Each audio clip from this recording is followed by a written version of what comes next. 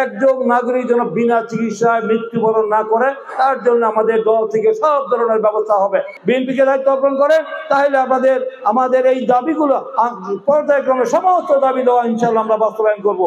আমাদের দলের পক্ষ থেকে অতীত আমরা দেখেছেন যে শহীদ রাষ্ট্রপতি জিয়া রহমান, খালেদা জিয়া যখন রাষ্ট্রীয় ক্ষমতায় ছিলেন, চিকিৎসা খাতকে সবচেয়ে বেশি গুরুত্ব দেওয়া হয়েছে।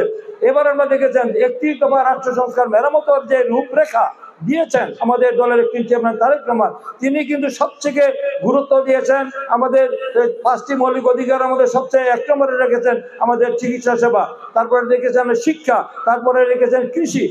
এই খাতগুলিকে সর্বোচ্চ গুরুত্ব দিয়েছেন। তাই আমি মনে করি যে আমাদের বাংলাদেশে একজন নাগরিক যেন বিনা চিকিৎসায় মৃত্যুবরণ না করে, তার জন্য আমাদের দল থেকে সব ধরনের ব্যবস্থা হবে।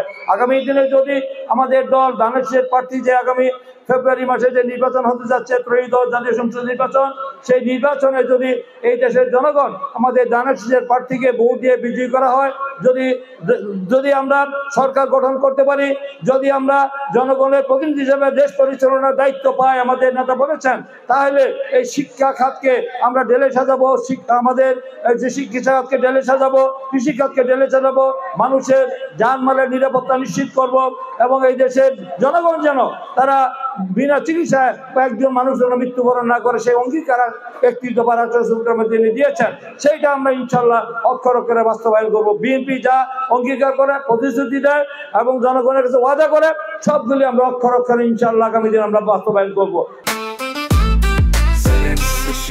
জেনেক্সে শিফট করো, লাইফকে লিফট করো। আমাদের বোধ আস্থা রাখতে পারেন। আমরা খালি বলতে চাই যে ফেসিবাদ বিরোধী আন্দোলনে যে আমাদের দীর্ঘ 16 বছর এই দেশের মানুষ তারা বঞ্চিত হয়েছে, এই দেশের অন্যায় অত্যাচার, নিপীড়ন, নির্যাতন, গুম, খুন, মামলা, হামলা, নির্যাতন হয়েছে, এবং আমাদের দেশের সমস্ত সম্পদ 30 লক্ষ কোটি টাকা বিদেশে তারা পাচার করেছে শেখ হাসিনা, এবং তারা অতীতে কোনোদিন দেখেছেন ফ্রি মেডিকেল ক্যাম্প করে বা জনগণের কল্যাণে মঙ্গলে কাজ করেছে?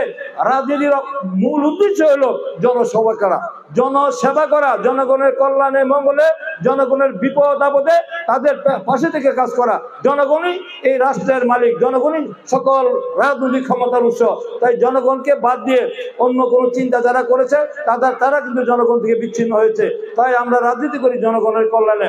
আমাদের ব্যক্তিগত বিত্ত, বৈভব, অর্থ লুটপাট করার জন্য রাজনীতি নয়। রাজনীতির অর্থই হলো যে জনগণের কল্যাণে মঙ্গলের কাজ করা। তাই আগামী দিনে আমরা আপনাদের মঙ্গলের কল্যাণে, আপনাদের সেবার জন্য আমরা যা করার দরকার আমরা তাই করবো ইনশাআল্লাহ। আমাদের আস্থা রাখতে পারেন। এই কথা বলে আগামী দিনে দেশ জাতির জন্য, জনগণের জন্য আমাদের নেতা তারেক রহমান যেভাবে উদ্যোগ নিয়েছেন, সারা দেশকে নতুন করে ঢেলে সাজানোর জন্য পদক্ষেপ নিয়েছেন, সেটা বাস্তবায়ন করার জন্য আগামী দিনে তিনি যদি আপনারা যদি তাকে রাষ্ট্রীয় ক্ষমতা এবং দেশ পরিচালনার দায়িত্ব অর্পণ করেন, বিএনপিকে দায়িত্ব অর্পণ করেন, তাহলে আমাদের এই দাবিগুলো পর্যায়ক্রমে সমস্ত দাবি দেওয়া ইনশাআল্লাহ আমরা বাস্তবায়ন করব।